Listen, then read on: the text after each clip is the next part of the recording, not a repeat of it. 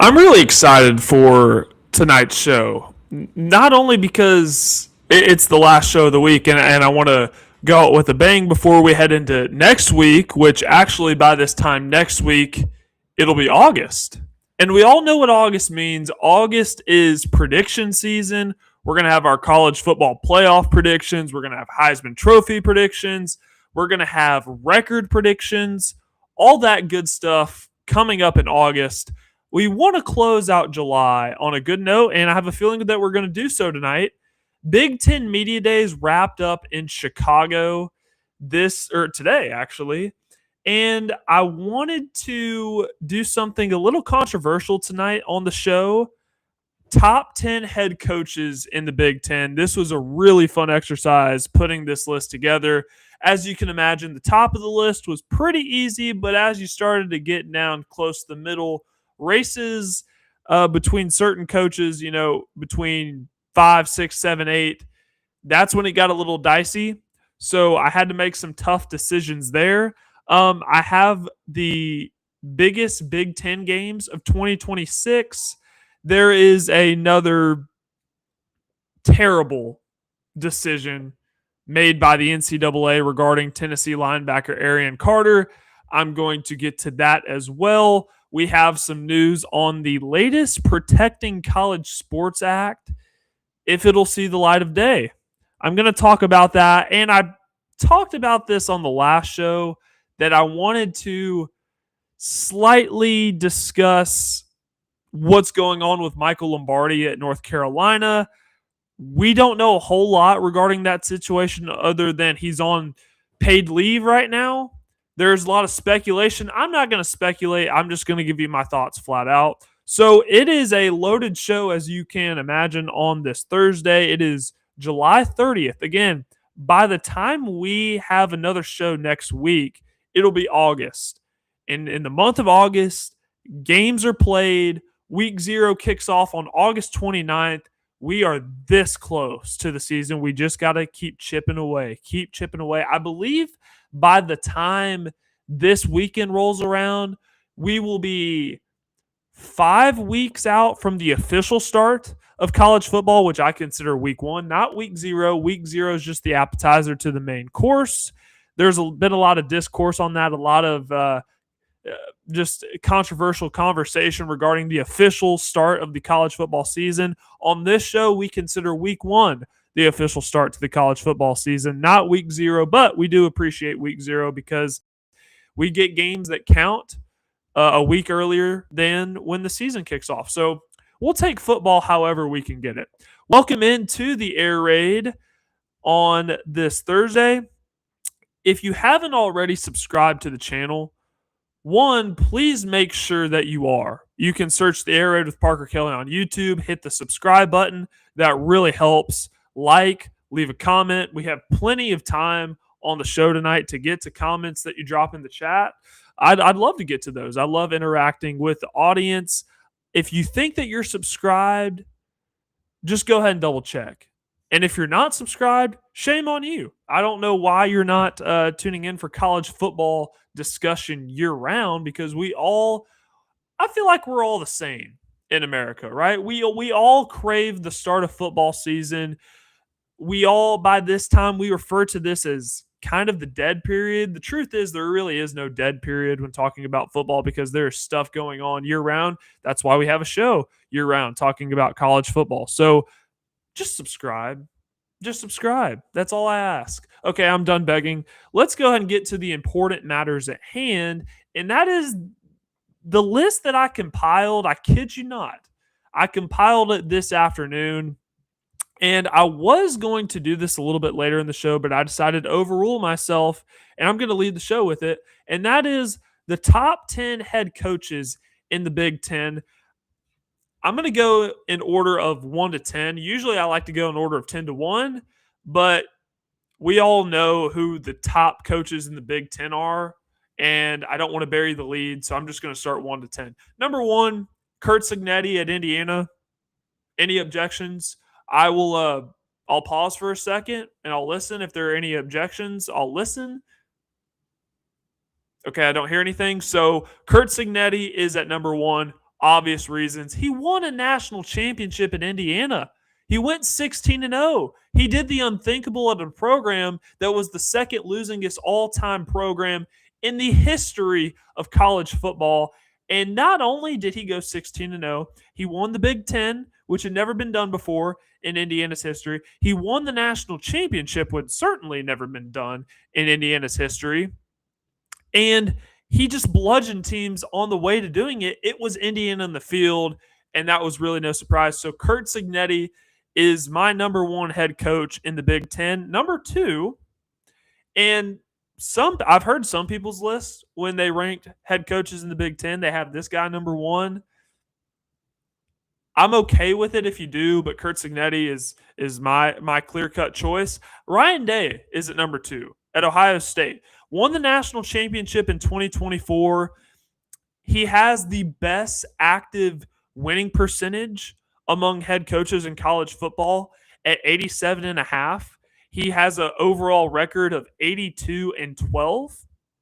Ryan Day is the active leader in winning percentage in college football among qualifying head coaches. He was one of those guys where people, naysayers, kept saying that he could never win the big one until he won the big one in 2024. And now that discourse has moved to the next guy, which I'm going to bring up, and that is Dan Lanning at Oregon. Dan Lanning is my third ranked head coach in the Big Ten, an overall record of 48-8. And I think it's 3 or 4 years. I'm not good at doing quick math on the air, but he only has 8 losses as a head coach at Oregon. Very impressive. He won the Big Ten, and Oregon's first year being a part of the conference in 2024. I was at the game. They beat Penn State, and they did it, at least for the most part, pretty handedly. Now, Penn State did make it a game towards the end, but Oregon won the Big Ten that year. They were undefeated. They had a first-round bye in the college football playoff. We all know what happened when they played Ohio State in the Rose Bowl, because Ohio State won the national championship in 2024, and it was a bloodbath. It was a bloodbath, but still, he has an impressive resume. 2 college football playoff appearances, made it to the semifinals this year, lost to the defending national champs, Indiana. I am sensing a theme here with Oregon. They've made it to the college football playoff the last 2 years, but lost to the defending national championship team, which, by the way, that team came from their own conference. Dan Lanning is one of the most elite recruiters in college football. Oregon will win a national championship under Dan Lanning at some point. And I apologize because I'm in my home studio and it appears the fire alarm has went off. So I apologize about that if you were wondering where that beeping sound was coming from. Okay, where was I? Oregon, I believe, will win a national championship under Dan Lanning at some point. It just hasn't happened yet. So they said the same thing about Ryan Day not being able to win the big one, and now they're saying the same thing about Dan Lanning. What I love most about the way that the roster has been constructed out in Eugene under Dan Lanning, they are built like a Big Ten team when it comes to the trenches. Oregon's really always had the speed, but the speed seems a little bit different now. It's speed similar to what you used to see in the SEC, and you can still see in the SEC if I'm being honest. So they're built like a Big Ten/SEC team out west. So Dan Lanning has done a great job constructing the roster. Number 4, this was a close call. This was a really close call, but I decided to lean Kyle Whittingham of Michigan at number 4. He has an overall head coaching record of 177-88. He's been a college football head coach basically since the New Testament. He was at Utah, got kind of forced out the door, and now he's at Michigan when that whole Sharon Moore thing went down. They hired Kyle Whittingham, which honestly I think is the right person to bring into your program when Michigan needs stability the most. He has 11-6 record in bowl games all time. He is an elite developer of talent. So a little bit different than a recruiter, but he still recruits really well out at Utah. But not only does he take three stars, low 4 stars, but he develops them into first-round NFL talents. We saw that this past year as Utah's left tackle and right tackle were both first-round picks in the 2026 NFL Draft. Number 5, I have Kirk Ferentz at Iowa.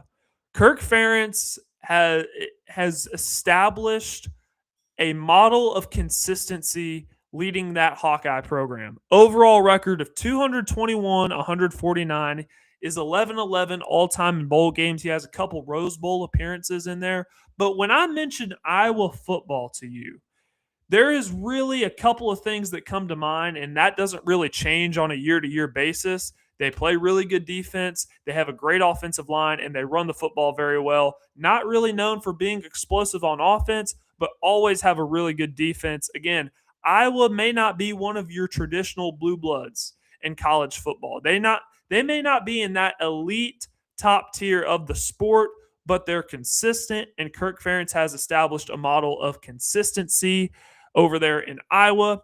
At number 6, this is one of the guys that we talked about a lot on the last show. This is a very Big Ten heavy week with Big Ten Media Days. They just wrapped up in Chicago today. I have Matt Campbell at Penn State. Was at Iowa State for the last decade or so. I read what he's accomplished in Ames, and I'm going to read it again just in case you happen to be joining us and weren't with us for the last show. At Iowa State, Matt Campbell won 72 games, made 8 bowl appearances, and finished ranked in the top 15 twice. Again, we're talking about Iowa State football. Iowa State is not talent rich. They don't have a rich history in college football, but yet Matt Campbell was able to accomplish something that had never been done before, and a lot of people really didn't think that could be accomplished at a place like Iowa State, yet he was able to do so. He finished above 500 in the Big 12 8 times prior to Matt Campbell at Iowa State.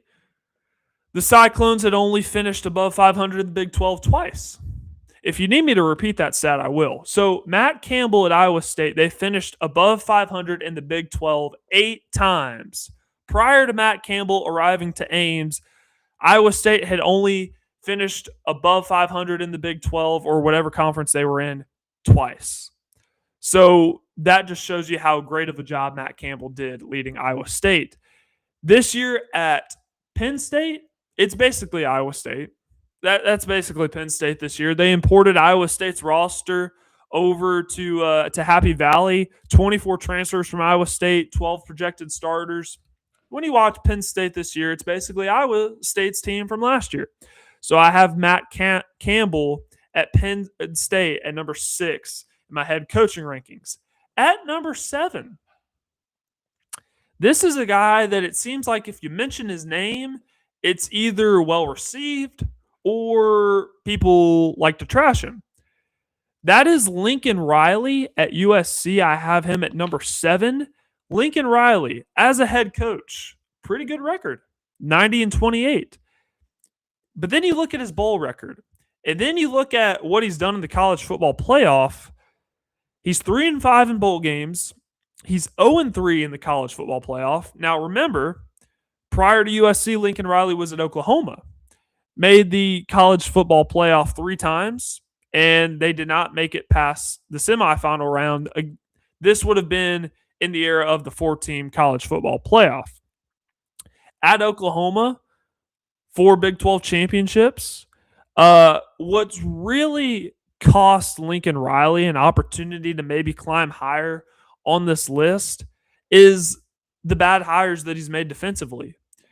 He hired bad at Oklahoma, too, on the defensive side of the ball. You've never really had to worry about an offense under Lincoln Riley. But defensively, their defensive coordinator was Alex Grinch. Lincoln Riley brought Alex Grinch over to USC. It didn't work out, and that was a couple years into his stint with the Trojans. And then he tried to correct that move, and he brought in Danton Lynn from UCLA. Danton Lynn is now with Matt Campbell, ironically, at Penn State.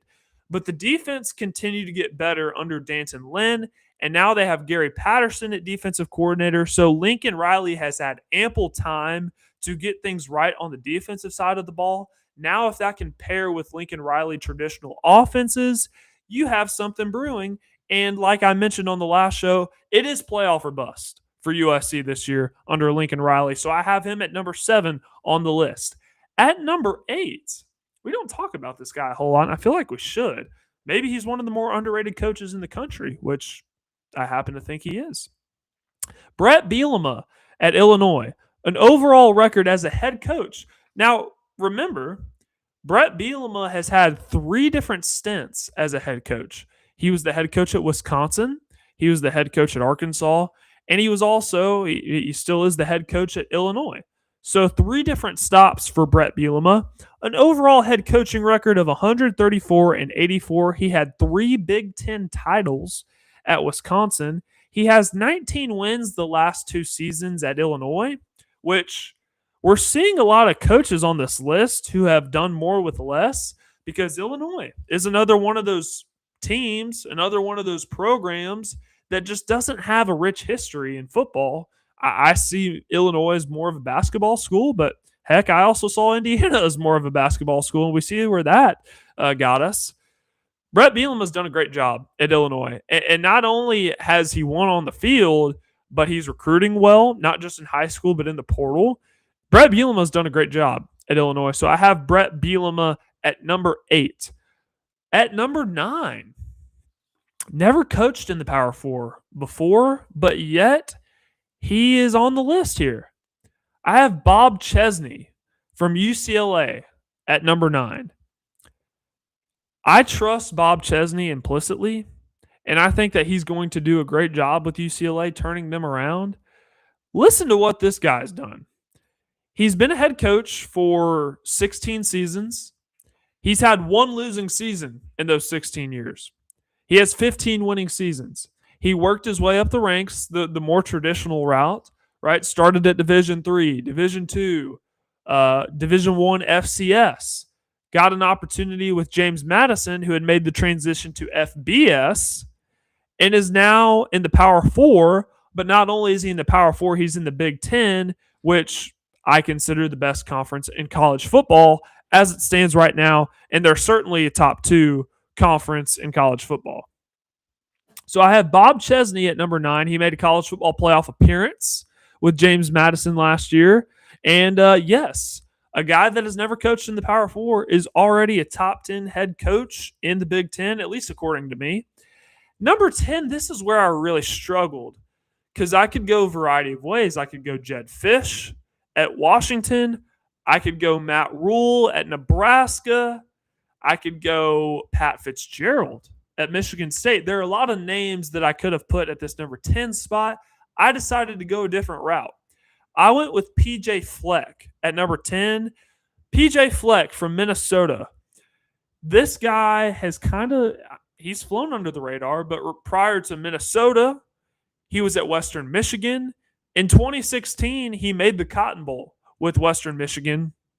That's when they played Wisconsin, and they actually had a chance to win it. That was the team that had Corey Davis. Corey Davis was a top 5 draft pick that year in the NFL draft. An overall head coaching record of 96-66. So I talked about how I had Minnesota as a dark horse in the Big Ten this year.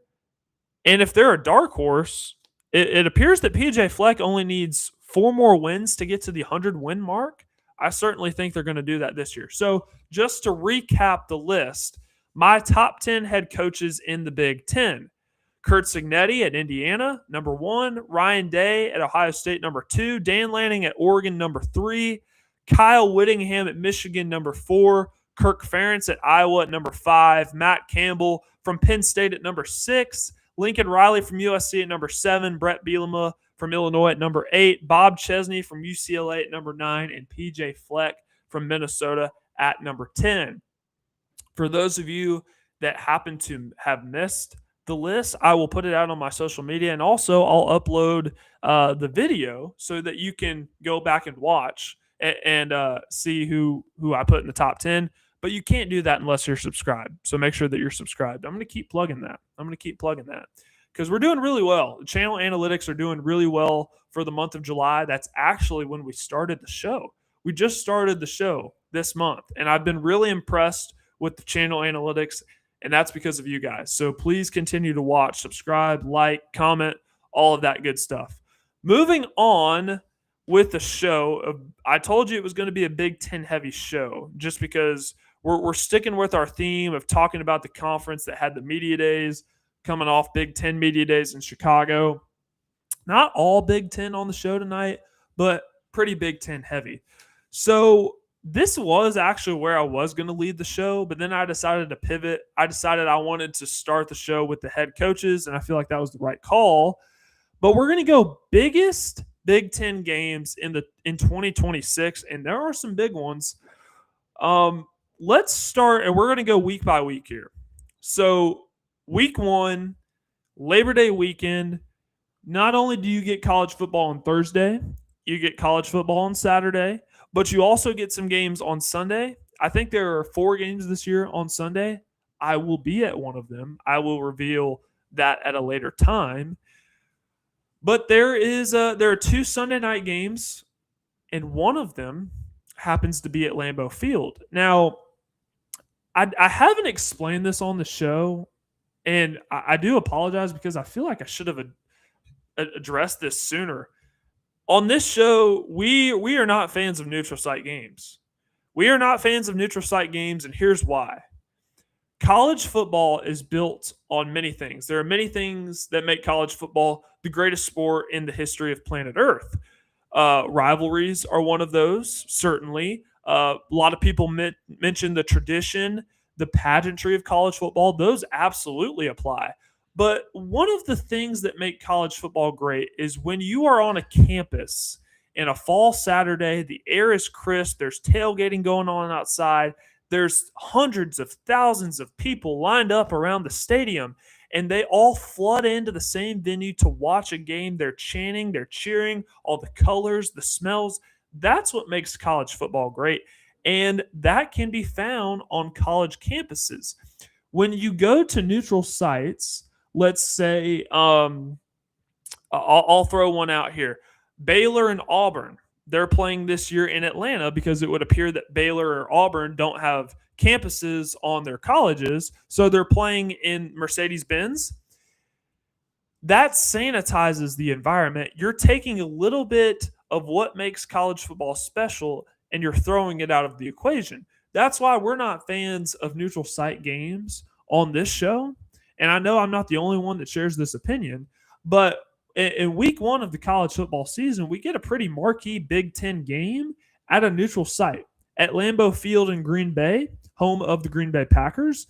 Notre Dame versus Wisconsin. Now, there is some hype around this game, not because Wisconsin is going to be a playoff contender or anything like that this year.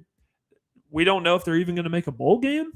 But when you take the name value of Wisconsin and you take the name value of Notre Dame, you match them up in week 1, you play at a historic venue like Lambeau Field, that's going to draw some eyeballs. That's going to draw some attention. Now, knowing my opinion on neutral site games and the fact that they're playing at Lambeau Field, I will say this. I don't mind this game being played at Lambeau Field for a couple of reasons. One, I don't feel like a lot of NFL stadiums have the same historical value that a lot of these college campuses have. Lambeau is one of the few exceptions. Lambeau, I feel this way about. Arrowhead Stadium in Kansas City, I feel this way about. But Lambeau more so than anywhere else. And it feels like it's a good middle point between both of these campuses. So I actually don't mind this game being played at Lambeau. I actually think it'll be really fun. So that is Sunday, September 6th at 6:30, I believe, kickoff Central Time. Now you move to week 2, Oklahoma at Michigan. This is the return game of a game that was played in Norman last year. It's going to Ann Arbor. John Mateer versus Bryce Underwood. Oklahoma won this game last year. There are lofty expectations for both programs. I think as it stands right now, both of these teams are viewed as tier 2 teams within their respective conferences. I talked about Michigan. If they can make the jump into tier 1 of the Big Ten this season, for Oklahoma, they are firmly in tier 2, given that they made the playoff last year and hosted a first-round playoff game. So that's in week 2. Then you move, this will be week 4. And I can't believe I'm saying this is a Big Ten conference game because we all know that it should be a Pac, not Pac-12, a Pac-10 conference game. That is Oregon at USC. This game is going to have major stakes. Oregon is an expected national championship contender. USC is playoff or bust. So if you're USC and you're hosting Oregon, by the way, these two teams hate each other. This is a rivalry game, and you're welcoming Oregon into the Coliseum. And I can't remember the last time that Oregon played at the Coliseum, but I'm very excited for it. Oregon, what does a national championship contender look like going on the road in week 4? For USC, are they going to get one of their marquee wins of 2026? USC has a tough schedule, and this is really one of their first true tests, welcoming in a rival to your building. Are you able to handle business in week 4? Now, moving to the next week, this will be Saturday, October 3rd.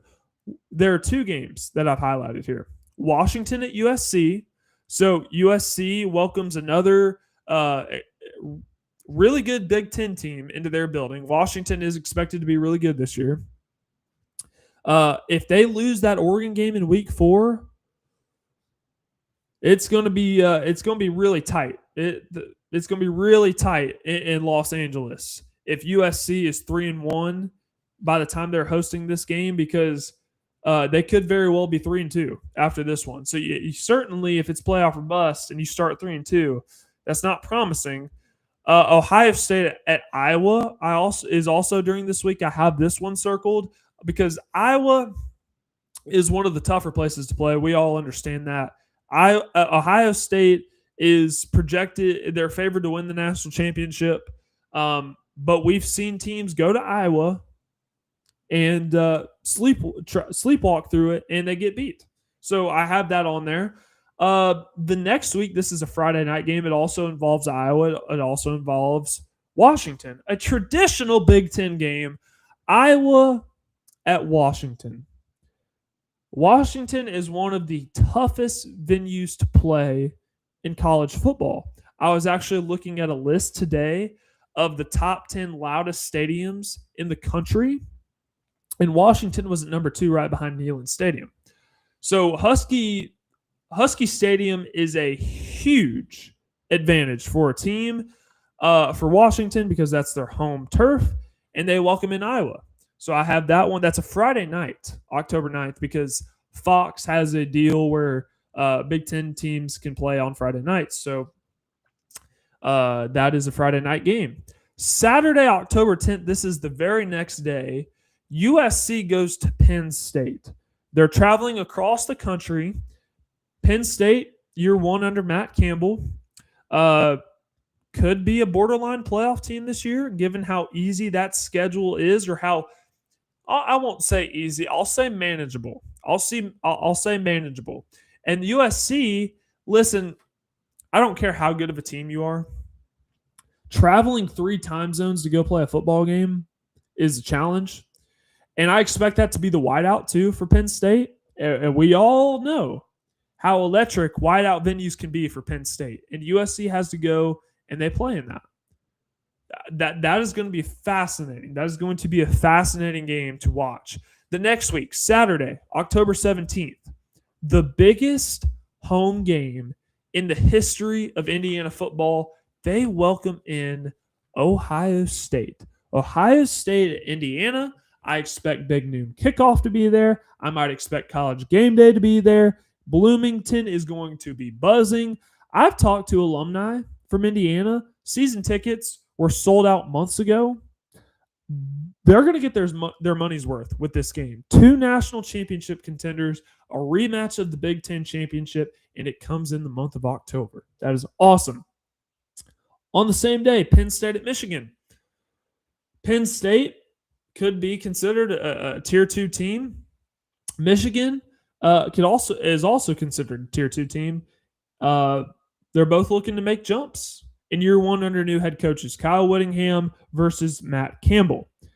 Saturday, October 24th, Indiana at Michigan. Indiana traveling to the Big House. The last time these two teams played, Michigan went to Indiana, and Indiana squeaked out a win.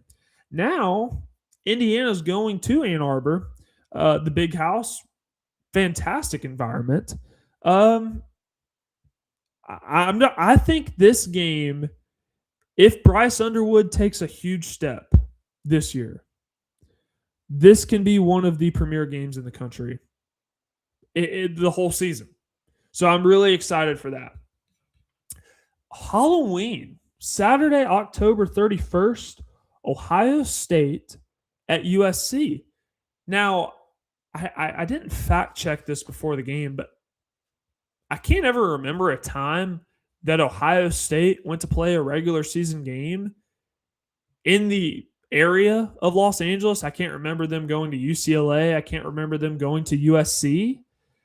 So when I was talking about how difficult USC's schedule is this year, and I'm not done mentioning USC, they're mentioned at least two more times on this list. But Ohio State at USC, that's just another gauntlet that USC has to face. November 7th, let me just go ahead and say right now, November 7th is don't plan any weddings or anything like that. Don't plan any parties. Don't plan on going over to a friend's house unless you're planning on watching the games. Don't plan anything on November 7th. That day is dedicated to college football. November 7th. Circle it on your calendar. If somebody tries to get you to go to a pumpkin patch, don't do it. Don't do it. You stay at home, you sit your butt on the couch, and you watch college football. November 7th, Oregon at Ohio State. This has become a new rivalry in the sport. The last time Oregon played at Ohio State, it was either 21 or 22. Oregon actually ended up winning that game. I believe it was 22 when that game happened. They played 2 years ago in Eugene. That was when Will Howard forgot how much time was on the clock. He slid. Ohio State lost by a couple of points. Penn State is also at Washington that day. Again, really tough venue to play in is Husky Stadium, and Penn State has to travel 3 time zones for a conference game. Can't believe those words just came out of my mouth. But yes, Penn State is playing at Washington, and those are on November 7th. Again, these are just Big Ten games. There are plenty of more games that I could have listed off on November 7th. November 7th is one of the stacked weekends in college football. November 14th, here's USC again. They're going to Indiana. They're going to Bloomington. A team from Southern California is going to play in Indiana, the Midwest, which, by the way, I've never really understood why it's called the Midwest, because if you're just doing basic geography, you would think the Midwest would be more so on this side of the United States, but the North is referred to as I don't know. I went to college in Chicago, and I've never really understood why it's called the Midwest. Maybe someone can clarify that for me. Quick side tangent. USC going to Indiana Saturday, November 14th. Team from Southern California going to Indiana mid-November. Conditions are not going to be ideal for a bunch of kids from California. And playing on the road against the defending national champions is just another reason why I do not envy Lincoln Riley, because it's a playoff or bust year. And I just listed off the teams that they have to play. They play Oregon. They play Washington. Both of those games are at home. But then they travel to Penn State. They host Ohio State. And they have to travel to Indiana. I do not envy them. The good news is they avoid Michigan, but the bad news is they have to play the 5 teams that I just listed off. Michigan at Oregon, I think, is going to be a really interesting matchup. Michigan going to Eugene. Kyle Whittingham has experience playing against Oregon because Utah used to be in the Pac-12. Oregon used to be in the Pac-12. They'd play each other all the time. So Kyle Whittingham is familiar with Oregon. I don't think he's ever faced off Well, he might have faced off against Dan Lanning during Dan Lanning's first year at Oregon. But Michigan at Oregon, that's going to be fun. Saturday, November 21st, also another day to circle because not only is it another college football weekend, but it's also my birthday weekend. That is my birthday. So circle that date on your calendar. Saturday, November 21st, Indiana. They travel to Washington. Don't remember the last time that happened, but I think that's really interesting because Kalen DeBoer coached at Indiana. He's the offensive coordinator when Michael Penix was there. Then when he got the head coaching job at Washington, brought Michael Penix with him. Kalen DeBoer is no longer on either of those staffs. He's at Alabama, but I still think that's going to be an interesting matchup. And then the last weekend of the college football season, also known as rivalry weekend, we get three really interesting matchups in the Big Ten. That's Michigan at Ohio State. The game had to include that one on there. Washington at Oregon, and then USC at UCLA. I know UCLA went 4-8 last year. It's not the same team. It's not the same team as it was last year. And they have Bob Chesney, who I have been very, very high on. So I'm not just willing just to throw out that game. Plus, it's a rivalry, and we know how crazy rivalry weekend can get in college football. So those are some of the biggest games in the Big Ten. We're moving along. We're about 40 minutes into the show, and still have a few more segments before we wrap up here. So I did want to touch on this, and this is where we go outside of the Big Ten. And this is pretty big news, especially locally, since we are a Tennessee-based show. And this news came out yesterday. I was actually at Titans training camp when the news broke that the NCAA was suspending Tennessee linebacker Arian Carter for a couple of games due to a flight, a $427 flight. I'm just going to throw out the timeline here, and then I'll tell you my thoughts. Context is important here. Arian Carter, he played through a foot injury in the 2025 season following the bowl loss to Illinois in the Music City Bowl. Arian Carter declared for the NFL draft. He was going through the draft process, had a flight. He booked an agent to help him throughout the process because that's what these guys do. Had a flight to an NFL draft facility that was $427. He re-aggravated his foot injury that he had the prior season. Decided that might not go over well with scouts, with executives in the NFL. Decided that he was going to opt to return to Tennessee for his senior season. Here's the important note. He disengaged from the agent and he repaid the money to the agent in full, the full $427 for the flight. Now, here's where I get to my thoughts. The NCAA, they never fail to surprise me. It appears that the NCAA is still living in the year 2009 because as of 5 years ago, athletes were able to be compensated for their name, image, and likeness, also known as NIL. The NCAA, it seems like they just pick the things that they want to they pick the most minute things to target when there are clearly a lot of other bigger things going on, like the Protecting College Sports Act. That's one big thing. There's an ongoing investigation that I actually haven't heard an update on regarding Clemson and Ole Miss and Luke Farrelly. I haven't heard any updates on that. There are bigger fish to fry than a $427 flight.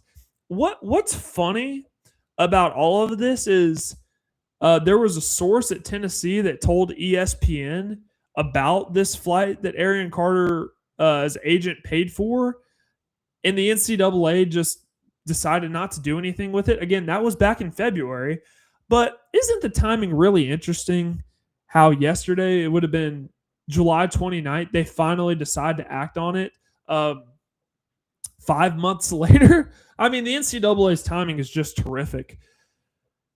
But it's like they're forgetting the era that we're in. Kids are allowed to get compensated. People are paying for things all the time. We have boosters. We have pay for play that's going on, even though that's technically not allowed. No one's naive enough to know or to think that it's not happening.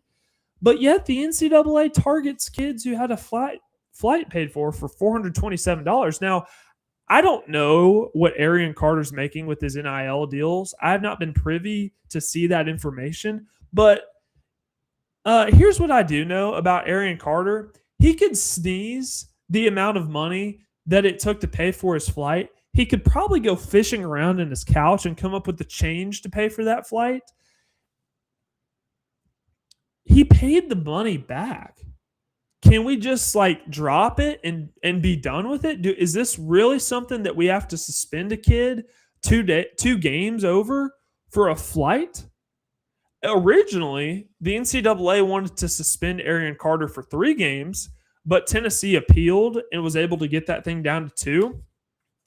And if Arian Carter has to miss the first game, that's honestly not really that big of a deal because they play Furman in week 1. They don't need Arian Carter to beat Furman. All due respect to the Paladins, of course. But week 2, they have to go to Atlanta to play Georgia Tech. Georgia Tech has a really good 1-2 punch at running back, and you would think linebacker would be a really big need to go ahead and play a team that is really good at running the football. Now, luckily for Tennessee, the strength of that defense is probably their linebacking core as it stands right now. The secondary is also pretty good as well. But it doesn't hurt, obviously, to have a guy like Arian Carter to bolster the linebacking unit when you're getting ready to go play a team that's really good at running the football. There was an idea thrown around, and I don't know whose idea it was, that Tennessee could file a temporary injunction for week 2 that would basically I guess they could have a restraining order for Arian Carter for that week, and it would delay any punishment from the NCAA a week, which would allow Arian Carter to play versus Georgia Tech. It would delay it to week 3, in which Tennessee takes on Kennesaw State. Tennessee doesn't need Arian Carter to beat Kennesaw State either. All due respect to the Owls. Love Jerry Mack. It's just silly. It really is silly. I had a history teacher in middle school that would end every class, and he said it in a joking manner, but the message applies here. He would always end the class by saying, "Don't do drugs. Kids, don't do drugs." Because you look at the NCAA, and I'm just reminded of that. Drug use was clearly involved with this. I don't know why the NCAA just feels the need to suspend a player over a flight that cost about 1/8 of what he's making in NIL. What sense does that make? There is a Senate bill, which we're actually going to talk about next, the Protecting College Sports Act, that seems like it would occupy more of your time. But apparently not. The NCAA just continues to surprise me with their utter stupidity. And I do not expect Tennessee to appeal this. I don't expect them to go to court over this because they report to fall camp. They report to training camp next week. And having this kind of looming over your head would serve as a big distraction as your team is getting revved up to play a season. So I think Tennessee's just going to kind of take their medicine here, but that doesn't make the ruling any less stupid. It's dumb. It's drugs. That's what it is. That's a good segue into the latest with the Senate bill, the Protecting College Sports Act. Now, I realize that some of you may not be as into the weeds of this as I am, and that's okay because I'm gonna explain it here for those that are catching up. So there was a Senate bill that was introduced a few months ago called the Protecting College Sports Act. It's a Senate bill. It's aimed at reforming college sports because, as we all know, the term we've used, the Wild Wild West, that certainly applies. This bill is aimed at reforming college sports. It's a bipartisan bill, which means it was agreed upon by Republicans and Democrats. The main senators that worked on this bill: Ted Cruz, a Republican from Texas; Maria Cantwell, a Democrat from Washington. Also, Eric Schmidt is another senator that they composed this bill. And it's received a healthy amount of backlash. It's also received praise from conferences. There is I don't know what the exact term is, but basically, in order for this bill to become a law, it has to pass through the Senate floor. This was the furthest any bill had ever gotten. In terms of conferences supporting this bill, the bill needed about 75% support from all teams in the FBS and college football. So the two main conferences that oppose this bill is the SEC and the Big Ten. The good news is those are the two conferences that are pretty much running things in college sports right now.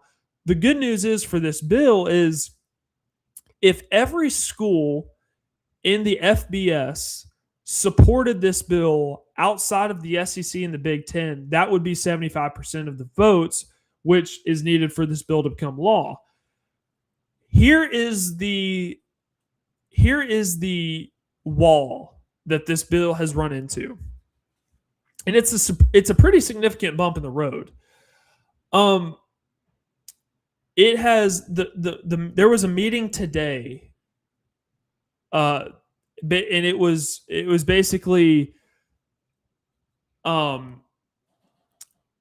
discussing this bill, trying to get the SEC and the Big Ten on board. They wanted to make some revisions to this bill in order to fully support it, which I guess makes sense. The meeting was adjourned, so if this bill were to become a law and it were to move forward, it would have to be next week, because there is another senator by the name of John Toon who can call for a full vote on August 7th. August 7th is the absolute deadline before the Senate is set for, I guess they call it a summer recess. And I'm not a lawyer and I'm not a legal expert, so I'm trying the best I can to explain it as easily as possible. And I'm trying not to get into all the legalese on this. But if there's no vote on this bill before August 7th, this may actually never end up happening, because when the Senate comes back from their recess, they have other important things that are going on in our country to worry about. And whatever is happening in college sports is going to hit the back burner. So this is a really important date. If this bill were to become a law, I've been very optimistic. I've supported the bill. I know that no bill's really ever going to be perfect, but at the same time, I understand that if you get bipartisan legislation on anything nowadays, because nobody really agrees on much on opposite parties, that's a really big deal. That is a huge deal, and no bill has really ever made it to this point. So I've been a supporter of this bill just because I think, like we all understand, college football needs some sort of national guardrails. There was a proposition in the bill that would allow teams to pull their media rights, basically kind of how the NFL does it. And I believe that if they were to pull the media rights, that would close the financial gaps between the SEC, Big Ten, and other conferences like the ACC, like the Big 12. There's always going to be a gap between the group of six and the Power Four, but it would close. There would be a closed gap specifically within the Power Four. But again, time's ticking, time's running out. The chances, as it seems right now, are pretty slim. If they don't have a vote on this before August 7th, it may never happen. So we'll just have to see. We will certainly keep an eye on it. I'm sure we're going to talk about this next week as well. So I appreciate you guys sticking with me through that. That was, again, I'm not a legal expert. I don't speak legalese. I'm not a lawyer. I didn't go to law school. Even though my mom, there was a time my own mother wanted me to go to law school, but I told her talking sports was more my thing. it's one of those things in college football, and we're all thinking the same thing on this. We just want the games to get here. We just want the games to get here. When there are no games going on, we tend to focus on the negative things that are happening in college athletics. This is certainly one of them. And if you would have told me 5 years ago that Congress needed to intervene in college athletics, I would have thrown up in my mouth.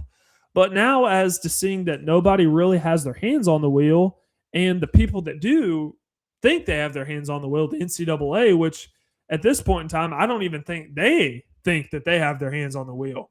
Something has to be done, and I have gone through this bill. I've read, and it seems like it was the best course of action, even though in a traditional sense, I wouldn't want Congress intervening in college athletics. We'll see. We'll have to see what happens. But chances are looking pretty slim. Chances are looking pretty slim. Here's where I wanted to wrap up tonight's show. Speaking of messes that are going on in college football, North Carolina, it seems like there's a new chapter being written on this team. The Bill Belichick era takes a new twist and turn almost every day. North Carolina's General Manager Michael Lombardi, who worked for a long time with Bill Belichick in the NFL. He was the highest paid general manager in the country among college teams. He was placed on paid leave earlier this week. A complaint was filed against Lombardi from Human Resources. Not sure what the details are on that. The only thing we know is there was a complaint filed, and he's been placed on paid leave since. It's just another awful look for the North Carolina program at this point in time.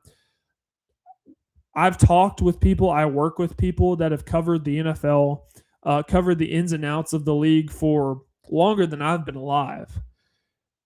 The Michael Lombardi's reputation among the NFL crowd, he's not very well liked. And again, I don't know what happened. I'm not going to speculate because I don't want to do that. I don't want to say something that I'm not educated on. But I just know that he was not liked among the NFL crowd, and this is not a good look. There's an open investigation going on right now. Bill Belichick, as you can imagine, keeps things very close to the vest, not talking about it in his media availability. Here's where I did want to go with this. Not so much a Michael Lombardi sense, but more so I wanted to view this through the lens of Bill Belichick and his future at North Carolina. From the start, when this hire was made, a lot of people acted like, oh, I don't know how this could go. I've never been a believer that this was going to work. One, because Bill Belichick is 70 plus years old. I think he's around 74, 75, something like that. Bill Belichick spent half a century coaching in the NFL. In the NFL, in college football, they're not the same sport. They're not the same sport. He's working with a different generation of kids at North Carolina. In the NFL, you don't really have to develop players as much. I think that is changing, though, now.